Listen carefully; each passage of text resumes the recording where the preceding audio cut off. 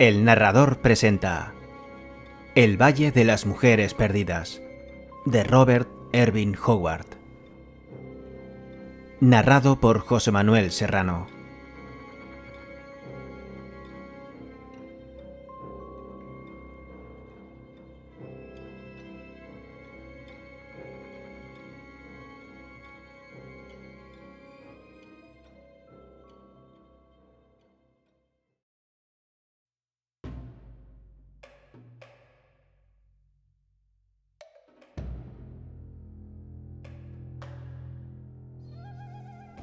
Durante el tiempo que convivió con Belit, Conan se ganó el apelativo de Amra, el león, que le seguiría durante el resto de su vida. Belit ha sido el primer gran amor de su vida, y después de su muerte el Cimmerio no volverá al mar hasta pasados algunos años. Mientras tanto, se interna tierra adentro y se une a la primera tribu negra que le ofrece refugio, la de los belicosos Bamulas. Al cabo de algunos meses ha luchado e intrigado hasta alcanzar el puesto de jefe de los guerreros de dicha tribu, cuyo poder crece rápidamente bajo la dirección del Cimmerio.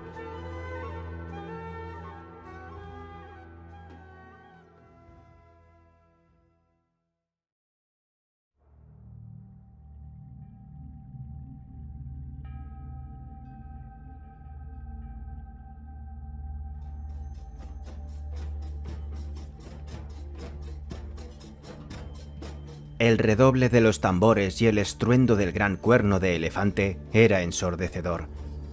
Pero en los oídos de Livia el clamor sonaba como un confuso murmullo, monótono y lejano. Estaba tendida sobre un lecho en la gran cabaña, sumida en un estado de delirio que bordeaba con el desvarío. Los ruidos del exterior apenas afectaban sus sentidos. Aunque se encontraba aturdida, su mente caótica estaba obsesionada todavía con el cuerpo desnudo y convulso de su hermano, por cuyos muslos temblorosos corría la sangre. Recortada sobre un oscuro fondo de formas y sombras enlazadas, aquella borrosa silueta blanca aparecía ante sus ojos con una implacable y aterradora nitidez. El aire quieto parecía latir entre los gritos de agonía mezclados con un rumor de risas demoníacas. La muchacha no tenía conciencia de sus sensaciones como ente individual, separado y diferenciado del resto del cosmos. Se sentía embargada por una enorme tristeza y por un profundo dolor. Ella misma era un dolor cristalizado y hecho carne. Así pues, yacía tendida al borde de la inconsciencia, sin pensar y sin moverse, mientras en el exterior resonaban los tambores y los cuernos, y las voces bárbaras entonaban cantos odiosos, al tiempo que los pies desnudos marcaban el ritmo golpeando la tierra dura y las manos palmeaban con suaves cadencias. Pero finalmente la consciencia individual comenzó a manifestarse a través de su helada mente.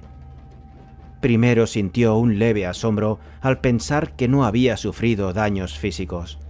Aceptó esa especie de milagro sin agradecerlo. Actuando casi maquinalmente, se sentó en el lecho y se quedó mirando tristemente a su alrededor. Sus extremidades iniciaron unos movimientos débiles, como respondiendo a los centros nerviosos recién despiertos. Sus pies desnudos golpearon nerviosamente el suelo de tierra. Sus dedos se retorcieron convulsivamente sobre la falda de una ligera túnica corta que constituía su único atuendo. Recordó que una vez, y ello parecía haber ocurrido hace muchísimo tiempo, unas rudas manos le arrancaron el resto de la ropa del cuerpo, y que ella había llorado de miedo y de vergüenza. Le parecía extraño ahora que un hecho tan insignificante pudiera haberle causado tanta pena. Después de todo, la magnitud de la ofensa y la indignidad eran relativas, como muchas cosas. La puerta de la choza se abrió y entró una mujer, una criatura ágil como una pantera, cuyo cuerpo esbelto y flexible brillaban como el ébano pulido, y estaba cubierto tan solo con un pequeño trozo de seda envuelto alrededor de sus estrechas caderas. El blanco de sus ojos reflejaba la luz de la hoguera del exterior, y su mirada era aviesa y maligna. Llevaba en la mano un plato de bambú lleno de alimentos. carne caliente, batata asada y un trozo de pan rústico, así como una jarra de oro trabajado llena de una especie de cerveza conocida con el nombre de Yarati. Depositó todo esto al lado del lecho, pero Livia no le prestó atención y siguió mirando fijamente hacia la pared de enfrente, cubierta de esteras hechas de cañas de bambú entrelazadas. La joven nativa rió, sus ojos lanzaron destellos y sus blancos dientes brillaron en la oscuridad. Y entonces, tras unas sibilantes palabras de desprecio y una caricia burlona que era más insultante que su lenguaje, se volvió y salió de la cabaña expresando mayor insolencia con el movimiento de sus caderas que la que pudiera manifestar cualquier mujer civilizada con palabras e insultos. Pero ni las palabras ni las acciones de la moza habían despertado la superficie de la consciencia de Livia. Todas sus sensaciones seguían vueltas hacia su interior, donde lo vivido con sus imágenes mentales hacía que el mundo real pareciera una escena irreal por la que desfilaban sombras y espectros. Comió con gestos maquinales y bebió sin apreciar el sabor de la cerveza. Siempre con movimientos mecánicos, se levantó al fin. Se acercó con paso inseguro a la pared de bambú y se puso a mirar a través de una grieta. Un cambio repentino en el redoble de los tambores y en el resonar de los cuernos hizo reaccionar algún oscuro rincón de su mente y le hizo pensar casi sin proponérselo. Al principio no alcanzó a comprender nada de lo que veía. Todo resultaba caótico y sombrío. Los cuerpos se movían y se mezclaban, girando y haciendo contorsiones. Eran siluetas negras recortadas sobre un fondo de llamas rojizas cuyo resplandor aumentaba y disminuía. Luego las acciones y los objetos adquirieron sus propias dimensiones, y Livia alcanzó a ver unos hombres y unas mujeres que se movían delante de la hoguera. La luz roja lanzaba destellos sobre los adornos de marfil y de plata. Las plumas blancas ondeaban bajo el resplandor de la noche, y los cuerpos desnudos danzaban como si estuvieran tallados en la oscuridad de la noche y pintados en llamas de color carmesí. Sentado sobre un escabel de marfil, flanqueado por gigantes tocados con plumas y cubiertos con pieles de leopardo, había un personaje repulsivo, obeso y achaparrado, con aspecto maligno, que parecía un hombre sapo que apestaba como los pantanos podridos de la selva. El individuo tenía las rechonchas manos colocadas sobre el arco abultado de su vientre. Su pescuezo era un rollo de grasa que parecía proyectar su cilíndrica cabeza hacia adelante. Sus ojos semejaban brasas ardientes y tenía una asombrosa vitalidad que contrastaba con el resto de su grueso cuerpo que daba la sensación de indolencia. Cuando la mirada de la muchacha se posó en aquella figura, sus miembros se pusieron en tensión y la vida volvió a latir frenéticamente en su cuerpo. Dejó de ser un autómata inconsciente y se transformó en un ser sensible de carne y hueso. Sintió un escalofrío y luego la sangre ardió en sus venas. El dolor fue sustituido por el odio, un odio tan intenso que a su vez se convirtió en dolor. Se sintió dura y quebradiza al tiempo, como si su cuerpo estuviera hecho de acero. Su aborrecimiento abarcaba todo su campo visual y se volvió tan tangible que pensó que el objeto de su odio caería muerto en su escabel tallado por la intensidad de sus sentimientos. Pero si Bayuj, rey de Bacalá, sintió alguna molestia a causa de la concentración psíquica de su prisionera, lo cierto es que no lo demostró. Por el contrario, continuó atiborrando su boca de batracio con puñados de golosinas que le tendía en una bandeja una mujer arrodillada, y siguió mirando hacia el amplio camino que formaban sus súbditos al apiñarse en dos densas filas a ambos lados.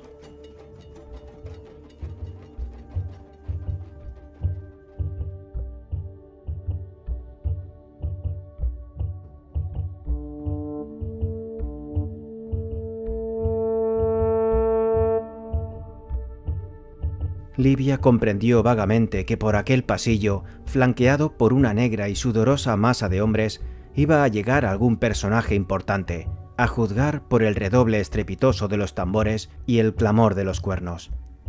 y en ese momento apareció lo que los nativos estaban esperando.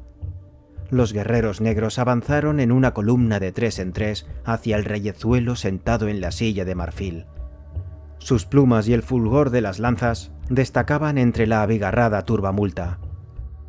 A la cabeza de los lanceros de ébano avanzaba a grandes zancadas un hombre que hizo estremecer violentamente a Libia.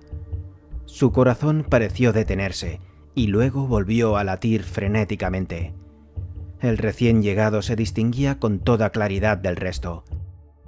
Al igual que sus seguidores, llevaba un taparrabo de piel de leopardo y un gran adorno de plumas, pero a diferencia de los demás, era un hombre blanco.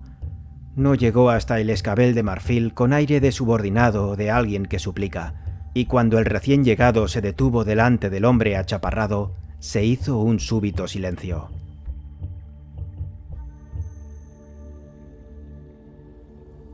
Libia percibió la tensión flotante en el aire, si bien solo adivinaba vagamente lo que presagiaba. Durante un instante, Bayug permaneció sentado, con la gruesa cabeza vuelta hacia arriba como un sapo descomunal. Luego, como empujado contra su voluntad por la mirada firme y dominante del otro hombre, el reyezuelo se levantó con dificultad de su silla y se quedó de pie. Haciendo una grotesca reverencia con la cabeza rapada, enseguida se alivió la tensión. De las filas de los habitantes de la aldea surgió un tremendo vocerío, y ante un ademán del desconocido, sus guerreros levantaron las lanzas y corearon a gritos un saludo para el rey Bayug. ¡Hey! ¡Hey! ¡Hey! Quienquiera que fuese ese hombre blanco, Libia se dio cuenta de que debía de ser muy poderoso en aquella tierra, cuando Bayug, el reyezuelo de Bacalá, se ponía de pie para recibirle. Y poder significaba prestigio militar, pues lo único que respetaban esos salvajes era la violencia. Desde ese momento, Libia permaneció con los ojos pegados a la grieta de la pared de la choza, observando al forastero. Sus guerreros se mezclaron con los Bacalá y bailaron, comieron y bebieron cerveza con ellos. El hombre blanco, junto con algunos de sus jefes, se sentó con Bayug y sus lugartenientes con las piernas cruzadas sobre esterillas, y comieron y bebieron hasta hartarse. La joven vio cómo el hombre blanco hundía las manos en los cazos de comida, al igual que los demás, y bebía de la misma jarra de cerveza que Bayug, pero notó que se le concedía el respeto debido a un rey. Puesto que no había otro escabel de marfil, Bayug renunció al suyo y tomó asiento sobre la esterilla, junto a su invitado. Cuando traían una nueva jarra de cerveza, el rey Bacalá apenas la probaba y se la pasaba enseguida al hombre blanco. Poder. Todo aquel ceremonial apuntaba al poder, la fuerza, el prestigio. Libia tembló llena de excitación cuando comenzó a forjar un plan en su mente. Siguió observando al hombre blanco con dolorosa intensidad hasta que no hubo detalle alguno que pasara inadvertido para ella. Era alto. Muy pocos de los gigantes negros que se encontraban a su alrededor le superaban en estatura o en corpulencia. Se movía con una agilidad de un enorme felino. Cuando las llamas se reflejaban en sus ojos, encendían en ellos un fuego azul. Llevaba unas sandalias atadas a sus piernas, y de su enorme cinto colgaba una espada metida en una vaina de cuero. El visitante tenía un aspecto extraño y poco corriente. Libia jamás había visto a un hombre semejante, pero no se preocupó por saber a qué raza pertenecía. Le bastaba con que su piel fuera blanca. Pasaron las horas y poco a poco fue disminuyendo la algarabía, ya que tanto los hombres como las mujeres se iban hundiendo en el sopor de la borrachera. Finalmente, Bayug se puso en pie tambaleándose y levantó las manos, no para poner fin a la fiesta, sino para indicar que se rendía en aquella competición de bebida y de comida. Luego, a punto de desplomarse, fue recogido por sus guerreros que le llevaron hasta su choza. El hombre blanco también se levantó, sin dar aparentemente muestras de hallarse afectado por la enorme cantidad de cerveza que había bebido, y fue escoltado hasta la cabaña de invitados por alguno de los hombres de Bayug que estaban en condiciones de hacerlo. desapareció en el interior de la choza, y Livia advirtió que una docena de guerreros que habían llegado con él tomaban posiciones en torno a la cabaña, con sus lanzas preparadas. Era evidente que el extranjero no se fiaba demasiado de la amistad de Bayug. La muchacha recorrió la aldea con la mirada. Parecía la representación de la noche del juicio final, debido a la cantidad de cuerpos caídos que yacían en las calles. Ella sabía que numerosos centinelas en plena posesión de sus facultades cuidaban la empalizada exterior, pero los únicos hombres despiertos que vio allí eran los lanceros del hombre blanco, y algunos de estos comenzaban a dar cabezadas y a apoyarse perezosamente en el asta de sus lanzas. Con el corazón latiendo intensamente, la joven se deslizó por la puerta trasera de su cabaña y pasó delante del centinela de Bayug, que roncaba sonoramente. Livia atravesó el espacio que mediaba entre su choza y la del forastero como una sombra de marfil. Se arrastró de rodillas y avanzó hacia la parte posterior de la otra cabaña. Allí se hallaba un negro gigantesco en cuclillas con la emplumada cabeza hundida entre las rodillas. La muchacha extremó sus precauciones cuando pasó delante de él y se acercó a la pared de la choza. Ella ya había estado encerrada en aquella cabaña y sabía que había una estrecha abertura detrás de una esterilla que colgaba de una pared. Esa grieta representaba su débil y patético intento de fuga. Encontró la abertura, se volvió de lado y con movimientos sinuosos de su cuerpo flexible se introdujo en la habitación. El fuego de las hogueras del exterior iluminaba tenuemente el interior de la cabaña, pero enseguida oyó una velada maldición, al tiempo que un puño de hierro la aferró por la cabellera y la arrastró hacia el centro de la choza. Desconcertada ante la rapidez del extranjero, la joven se apartó el cabello de los ojos y miró fijamente al hombre blanco, que la contemplaba asombrado con el rostro lleno de pequeñas cicatrices vuelto hacia ella.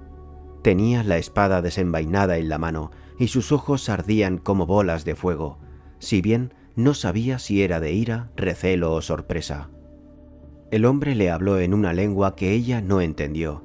No era gutural, como la de los negros, pero tampoco tenía un acento civilizado. «Oh, te lo ruego», suplicó ella. «No hables en voz alta, nos van a oír».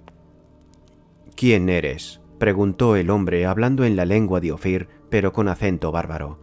«Por Crom, jamás pensé encontrar una muchacha blanca en estas condenadas tierras». «Me llamo Livia», repuso la joven, «y soy prisionera de Bayug». «Oh, escucha, por favor, escúchame. No puedo estar aquí mucho tiempo. Tengo que volver antes de que noten mi ausencia en la cabaña. Verás, mi hermano...» Un sollozo ahogó sus palabras, pero luego continuó.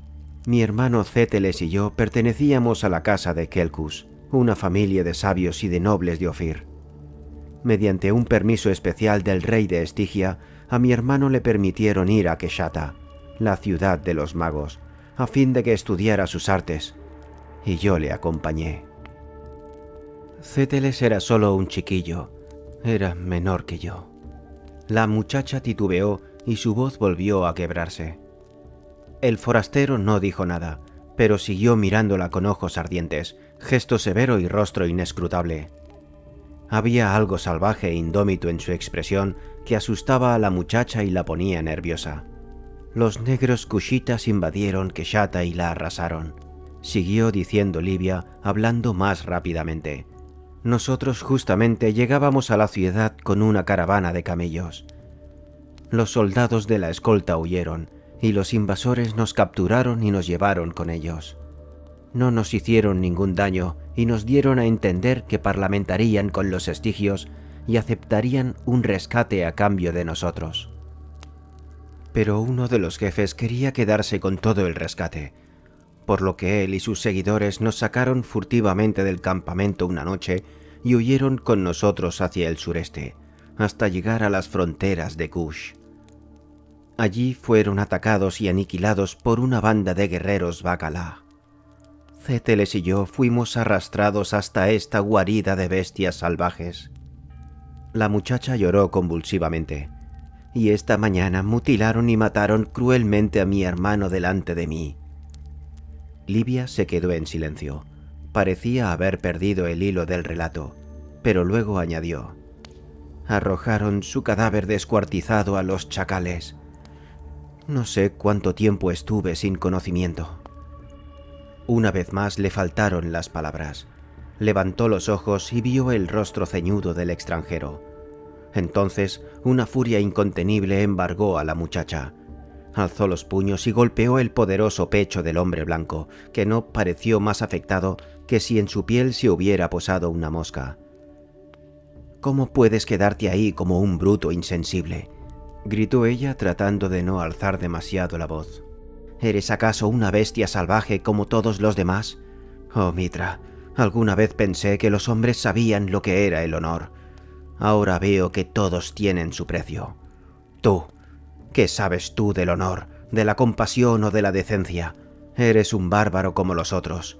Solo tu piel es blanca, pero tu alma es tan negra como la de ellos. Poco te importa que un hombre de tu raza haya sufrido una muerte horrenda a manos de estos perros y que yo sea su esclava. Muy bien». La joven se separó de él y agregó: «Voy a llegar a tu precio», dijo ella llena de ira, al tiempo que desgarraba la ligera túnica que llevaba puesta, dejando al descubierto sus senos de marfil. «No soy hermosa, no soy más deseable que esas nativas. No soy una recompensa digna por una muerte sangrienta. ¿No vale una virgen blanca el precio de matar a una persona? Entonces, mata a ese perro negro de Bayou.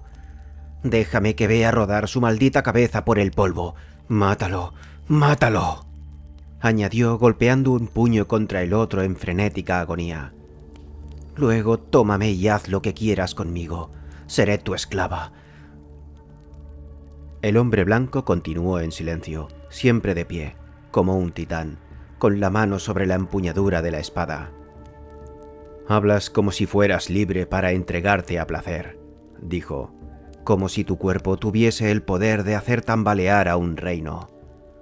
¿Por qué habría de matar a Bayou a cambio de tu cuerpo?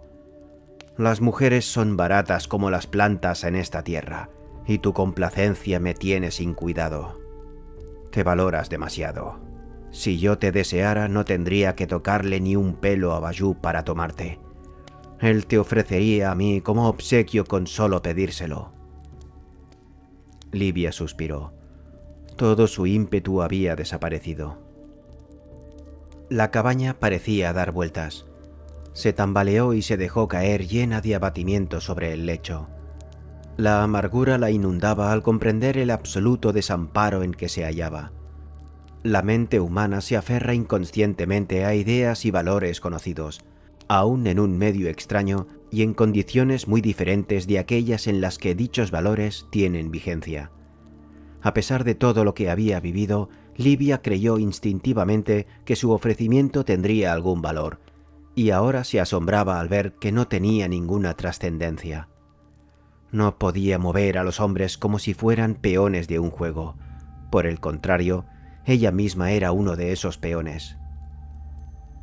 Sí, es absurdo suponer que un hombre en este rincón del mundo actúe según las normas y costumbres existentes en otros países, murmuró Livia débilmente, apenas consciente de lo que estaba diciendo. Aturdida por este nuevo giro del destino, permaneció inmóvil hasta que el hombre blanco la cogió por los hombros con manos férreas y la hizo poner de pie. «Has dicho que soy un bárbaro», dijo él con aspereza, «y afortunadamente eso es cierto, gracias a Crom.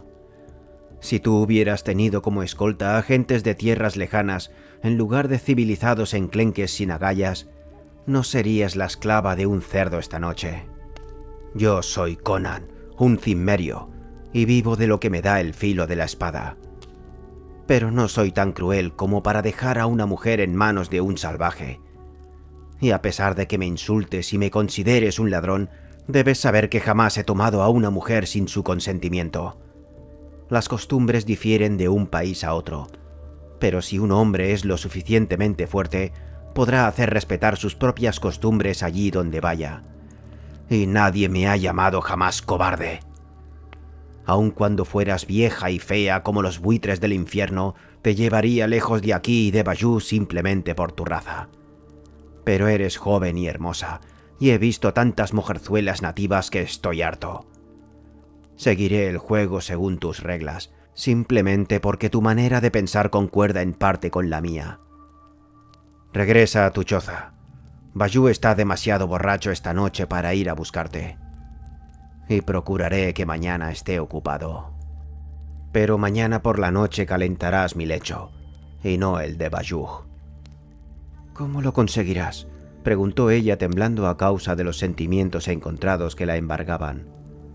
¿Son esos todos los hombres que tienes? Son suficientes, respondió él con un gruñido. Son bamulas, y han mamado la guerra desde que nacieron. Yo he venido aquí a petición de Bayou.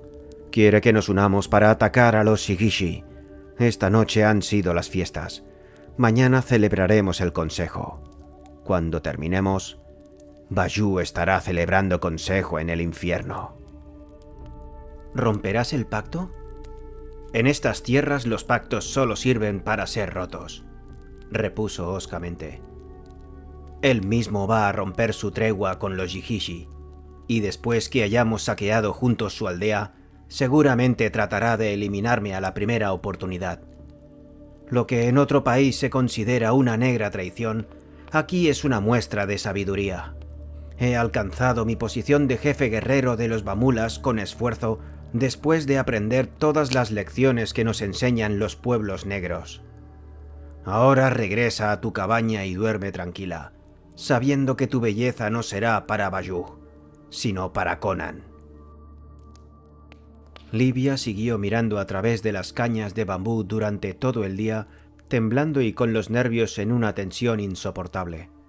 Desde que se despertaron las gentes de la aldea, extenuadas y embrutecidas por el alcohol después de la agotadora noche anterior, no habían hecho otra cosa que prepararse para la fiesta de la noche siguiente.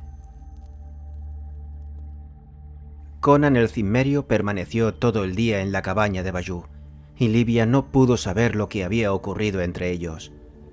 Procuró ocultar su excitación nerviosa delante de la única persona que entraba en la choza, la hostil nativa que le traía la comida. Pero ésta estaba demasiado afectada aún por las libaciones de la noche anterior para apreciar cualquier cambio en el estado de ánimo de la prisionera. Volvía a caer la noche. Las hogueras iluminaron la aldea y los jefes abandonaron la cabaña del Rayezuelo y se sentaron en el espacio abierto que había delante de las chozas, con el fin de celebrar la última reunión de carácter ceremonial. Esta vez se bebió mucho menos. Livia notó que los bamulas se aproximaban inadvertidamente al círculo de los jefes. Vio a Bayou, y frente a él, al otro lado de los cazos de comida, divisó a Conan, que reía y hablaba animadamente con el gigantesco Aja, el jefe guerrero de Bayou. El Cimmerio roía un enorme hueso y de pronto lanzó una mirada por encima de su hombro. Como si fuera una señal que hubieran estado esperando, los bamulas volvieron la cabeza hacia su jefe. Conan se puso en pie, siempre sonriendo, como si quisiera acercarse a uno de los calderos que estaba algo más alejado. Entonces, con la rapidez de un felino, asestó un terrible golpe a Aja con el enorme hueso. El jefe guerrero de los Bacalá se desplomó con el cráneo roto y un alarido estremecedor rasgó el cielo nocturno cuando los bamulas entraron en acción como panteras sedientas de sangre. Los calderos volcados escaldaron a las mujeres que estaban sentadas. Las paredes de bambú se desplomaron bajo el impacto de los cuerpos que se abalanzaban sobre ellas, lamentos agónicos cortaban el aire como cuchillos, y por encima de todo se oía el grito de guerra aterrador de los enloquecidos bamulas, cuyas lanzas estaban tan rojas como las llamas que las iluminaban. Bacalá era como un manicomio convertido en una ruina de color escarlata. La acción de los visitantes había paralizado a los infortunados nativos porque nadie esperaba aquel desenlace. En ningún momento habían pensado los anfitriones en un ataque. La mayor parte de las lanzas estaban dentro de las chozas, y muchos guerreros ya estaban borrachos. La caída de Aja fue la señal que dio comienzo a la masacre. Desde su lugar de observación, Livia se quedó helada, pálida como una estatua, con los dorados cabellos en desorden y los puños oprimiendo sus sienes. Tenía los ojos muy abiertos y su cuerpo estaba completamente rígido. Los lamentos de las víctimas y los gritos de los atacantes torturaban sus nervios como si se tratara de un tormento físico. Los cuerpos acuchillados que se agitaban espasmódicamente se borraron de sus ojos, pero luego adquirieron una espantosa nitidez. Vio las lanzas que se hundían en los negros cuerpos que se retorcían salpicando sangre. Vio las mazas que se abatían con una fuerza brutal sobre los cráneos. Los tizones salían despedidos a puntapiés de las hogueras y esparcían una lluvia de chispas. Los techos de las cabañas humearon y luego empezaron a arder. Unos alaridos estridentes de angustia y de horror comenzaron a resonar cuando las víctimas, aún vivas, eran arrojadas de cabeza contra las chozas llameantes. El olor a carne quemada comenzaba a enrarecer el aire, ya fétido a causa del sudor y de la sangre derramada. Finalmente, los tensos nervios de Livia cedieron, y fue ella quien comenzó a gritar como una poseída entre el crepitar de las llamas y el clamor de la batalla. Se golpeó las sienes con los puños cerrados y sus alaridos se convirtieron en una risa histérica. Daba la impresión de que había perdido el juicio. La muchacha se repetía en vano que eran sus enemigos los que morían de aquella forma horrible, que estaba ocurriendo lo que ella había deseado y planeado, y que el sacrificio atroz que estaba presenciando era el justo castigo por los males que le habían infligido a ella y a los suyos. Pero a pesar de estas consideraciones, el terror ciego se había apoderado de ella. Era consciente de que no habría ninguna piedad para las víctimas, que morían a mansalva bajo las lanzas implacables. Su única sensación en ese momento era un profundo miedo irracional y enloquecedor. Vio a Conan como una blanca silueta recortada contra los cuerpos de los negros. Vio centellear su espada, y los hombres caían como moscas a su alrededor. A continuación, divisó un cuerpo obeso que se arrastraba por el suelo, cerca del fuego. Conan saltó hacia allí, pero quedó oculto tras unos cuerpos negros en movimiento. Se oyó un chillido agudo, y Livia vio fugazmente el grueso cuerpo del reyezuelo que caía al suelo chorreando sangre. Luego los bamulas siguieron luchando con los bacalá, y el acero cortaba el aire como una flecha en la oscuridad.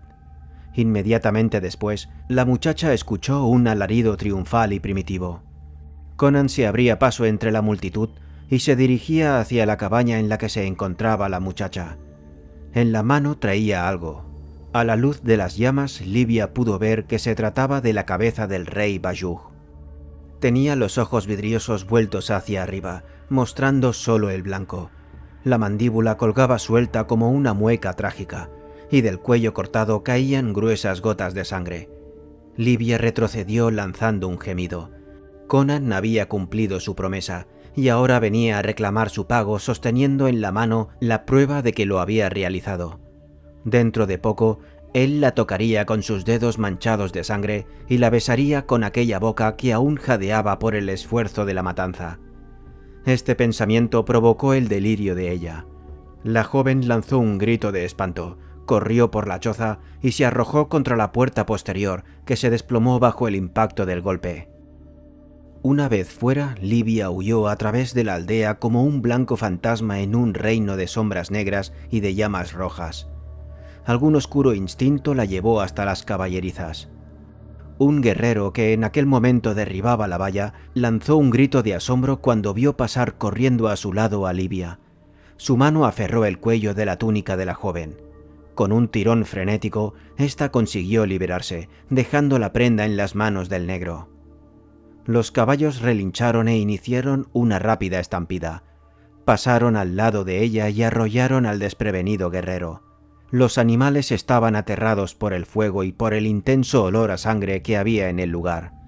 La muchacha se aferró ciegamente a las crines de un caballo que pasaba.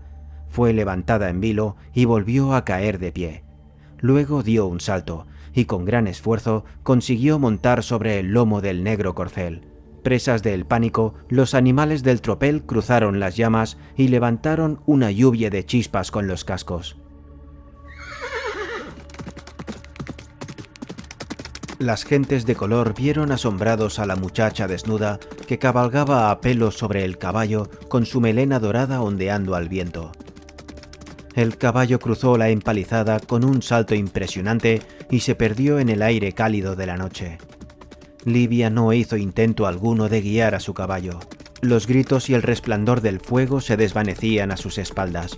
El viento agitaba sus cabellos y acariciaba sus miembros desnudos. Solo era consciente de su desesperada necesidad de seguir aferrada a las ondulantes crines del animal y de huir hasta los confines del mundo, lejos del dolor, de la pena y del horror. El animal cabalgó sin descanso durante horas hasta que tropezó con una piedra y se desplomó, arrojando a su jinete al suelo.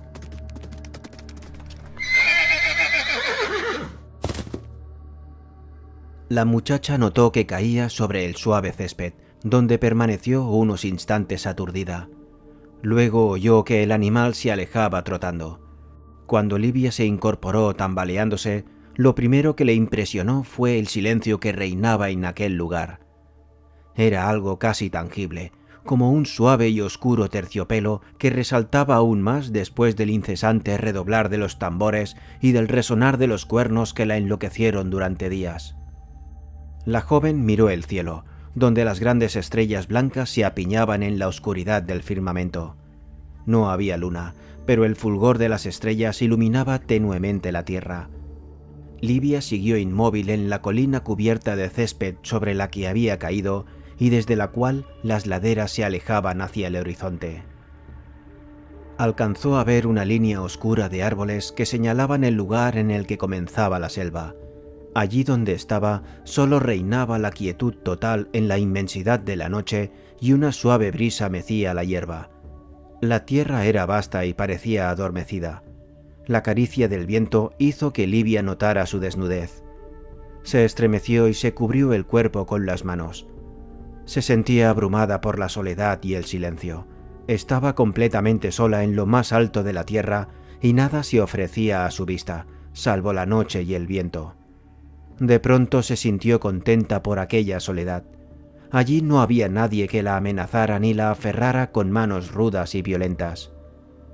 Miró hacia adelante y vio que la falda de la colina descendía hacia un amplio valle en el que los árboles se cimbreaban y el tenue fulgor de las estrellas se reflejaba sobre lo que parecía ser flores esparcidas por el fondo del valle. Esto le trajo a la memoria un relato de los negros que hablaba con temor de cierta vaguada en la que habitaba una extraña raza de mujeres jóvenes de piel bronceada que llevaban viviendo en aquel lugar desde antes que llegaran los antepasados de los Bacala.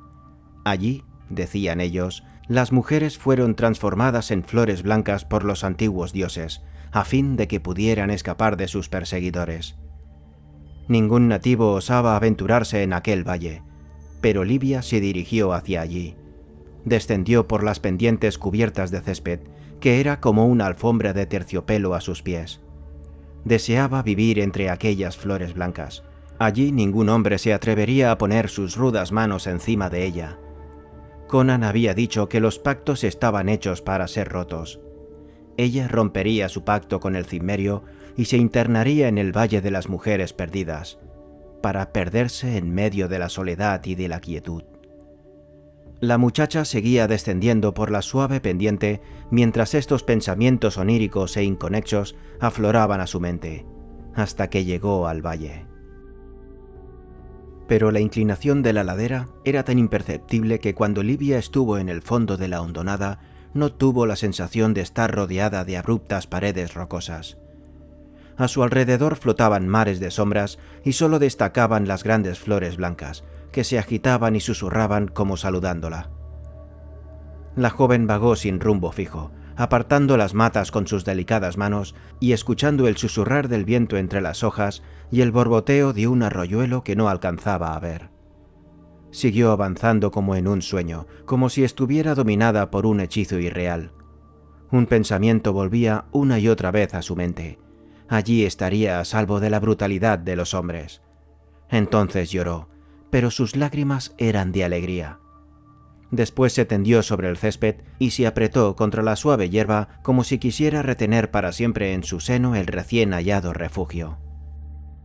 hizo una corona de pétalos blancos con las flores que colocó sobre sus dorados cabellos. El perfume de las flores estaba a tono con todo lo que había en el valle. Era maravilloso, sutil, cautivante. Luego continuó su marcha y llegó finalmente a un claro situado en el centro de la hondonada. Allí vio una enorme piedra que parecía tallada por manos humanas y que estaba adornada con helechos y con guirnaldas de flores. Se quedó mirando en esa dirección y de pronto sintió que algo se movía cerca de allí. Se volvió y divisó unas siluetas que salían sigilosamente de las densas sombras. Eran unas esbeltas mujeres de piel cobriza, estaban desnudas y llevaban flores en el pelo. Se acercaron a ella sin hablar, como personajes de un sueño. Pero de pronto el terror se apoderó de la muchacha cuando miró a las mujeres a los ojos. Eran ojos luminosos y radiantes, pero no eran humanos. Las formas eran humanas, pero en aquellas almas se había producido un cambio que se reflejaba en sus ojos resplandecientes. El temor hizo presa de Livia. La serpiente alzaba su espantosa cabeza en el recién hallado paraíso. Pero ya no podía huir. Las esbeltas mujeres de piel bronceada la rodeaban. Una, más hermosa que las demás, se acercó en silencio a la temblorosa muchacha y la envolvió con sus delicados brazos cobrizos. Su aliento tenía el mismo aroma que las flores blancas que se agitaban bajo la brisa nocturna. Sus labios oprimieron los de Livia en un beso largo y terrible. La muchacha blanca de Ofir sintió que un frío extraño le helaba la sangre. Sus miembros se volvieron frágiles y quebradizos. Permaneció en los brazos de su captora como una estatua de mármol, incapaz de hablar y de moverse. Luego, unas manos suaves y ágiles la alzaron y la colocaron encima del altar, sobre un perfumado lecho de flores. Las cobrizas mujeres se cogieron de la mano y bailaron una extraña danza alrededor del altar. Ni el sol ni la luna habían visto jamás una danza semejante, y las estrellas se volvieron más blancas y más luminosas, como si aquella oscura hechicería tuviese su respuesta en las profundidades del cosmos. Luego entonaron un cántico que era menos humano que el rumor del lejano arroyo. Era un murmullo de voces muy semejante al de las flores que se mecían bajo las estrellas. Livia estaba consciente, pero era incapaz de moverse. No se le ocurrió dudar de su cordura, no intentó razonar ni pretendió analizar nada de lo que ocurría. Ella existía, al igual que las extrañas criaturas que bailaban a su alrededor existían. Tenía pleno conocimiento de su ser, y esta convicción se apoderaba de ella mientras yacía impotente mirando hacia el cielo lleno de estrellas. Sabía de alguna manera que algo le iba a suceder, del mismo modo que les había ocurrido hacía mucho tiempo a las desnudas mujeres bronceadas que se hallaban a su alrededor y que las había convertido en los seres sin alma que eran ahora. Primero, y muy por encima de ella, Livia vio un punto negro entre las estrellas, un punto que se agrandaba y se expandía. Luego se acercó a ella y se extendió hasta asemejar un murciélago, y siguió creciendo a pesar de lo cual su forma no cambió apreciablemente. La sombra negra se cernía sobre ella y después se abatió vertiginosamente en dirección a la tierra. Unas alas enormes se extendieron por encima de la muchacha, que quedó oculta bajo su sombra. El cántico creció en intensidad y se apreciaba en él una suave alegría pagana, una bienvenida al dios que llegaba para recibir el sacrificio que se le ofrecía, la ofrenda blanca y sonrosada como una flor humedecida por el rocío del alba. Ahora el extraño ser se encontraba directamente encima de Livia, y el corazón de la muchacha se encogió helado por lo que vio. Las alas eran de murciélago, pero su cuerpo y el rostro que la contemplaba no se parecían a nada de lo que existiese en el mar, en la tierra o en el aire. La joven sabía que estaba frente al horror más absoluto, frente a una cosa negra y asquerosa nacida de los hondos abismos del cosmos, más inconcebible que el más espantoso de los sueños de un loco. Rompiendo al fin las ligaduras invisibles que mantenían embotada su voluntad, Livia lanzó un grito de horror. Este fue contestado por otro más profundo y amenazador. Oyó cerca de ella el ruido de pasos precipitados y sintió como una especie de torbellino que giraba rápidamente. Las flores blancas se sacudieron violentamente. Las mujeres cobrizas desaparecieron. Por encima de ella se cernía la enorme sombra negra, pero vio una alta silueta blanca tocada con ondulantes plumas que avanzaban rápidamente hacia el altar. ¡Conan!, gritó casi involuntariamente. Al tiempo que lanzaba un belicoso grito salvaje, el bárbaro saltó por los aires empuñando su espada que centelleó a la luz de las estrellas.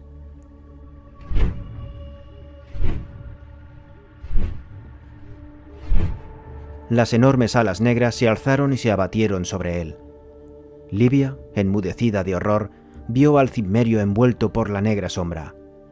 La respiración del hombre se hizo jadeante y sus pies golpearon la tierra, aplastando las blancas flores contra el suelo. En el silencio de la noche se oyó el eco del impacto estremecedor. Conan fue zarandeado como un ratón en la boca de un animal salvaje. Su sangre salpicó el césped y manchó de rojo los pétalos que formaban una alfombra blanca sobre la tierra.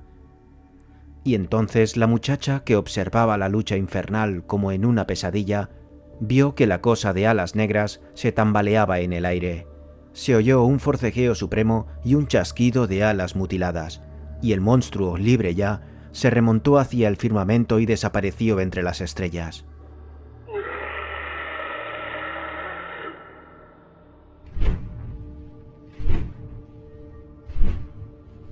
El vencedor quedó aturdido, con la espada aferrada fuertemente en sus manos y las piernas muy abiertas, asombrado de la victoria que acababa de conseguir, pero alerta y dispuesto a continuar la atroz batalla, si fuera necesario.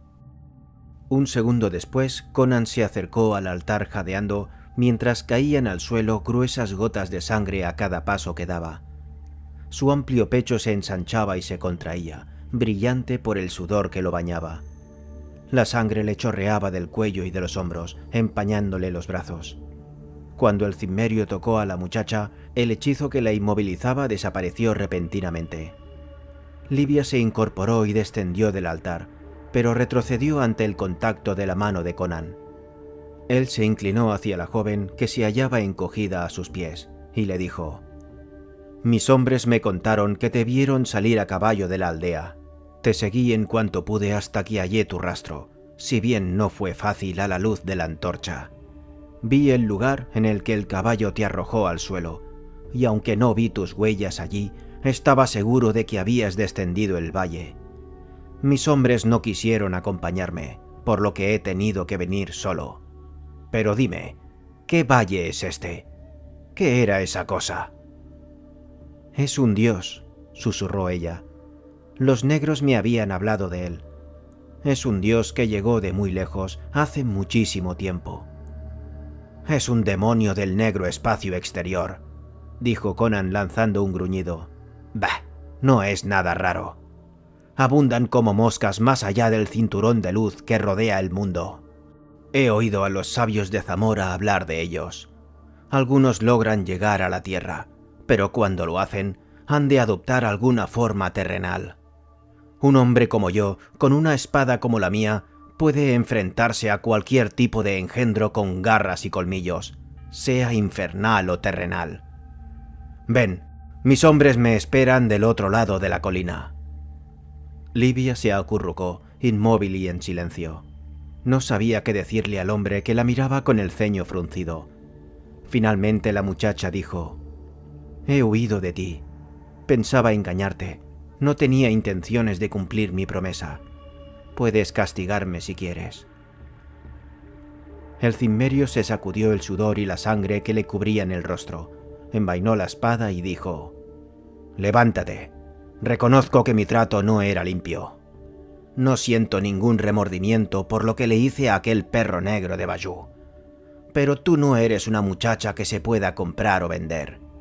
Las costumbres de los hombres varían de un lugar a otro, pero no hay que comportarse como un cerdo. Después de haber recapacitado, comprendí que obligarte a cumplir tu promesa sería lo mismo que forzarte. Además, no eres lo suficientemente fuerte como para vivir en estas tierras. Eres una mujer de ciudad, de libros y de costumbres civilizadas. No es culpa tuya, pero seguramente morirías enseguida en este ambiente. y de nada me serviría una muchacha muerta. Ven, te llevaré hasta la frontera de Estigia. Desde allí podrás regresar a tu hogar, en Ofir». «¿Mi hogar? Ofir. Mi gente», repitió la joven mecánicamente. «Ciudades, torres, mi hogar». Súbitamente las lágrimas inundaron sus ojos, y cayendo de rodillas, Livia se abrazó a las piernas del cimmerio, llorando desconsoladamente. «Por Crom, muchacha», dijo él turbado, «no hagas eso. ¿Crees que te estoy haciendo un favor al llevarte fuera de este país? Pues no.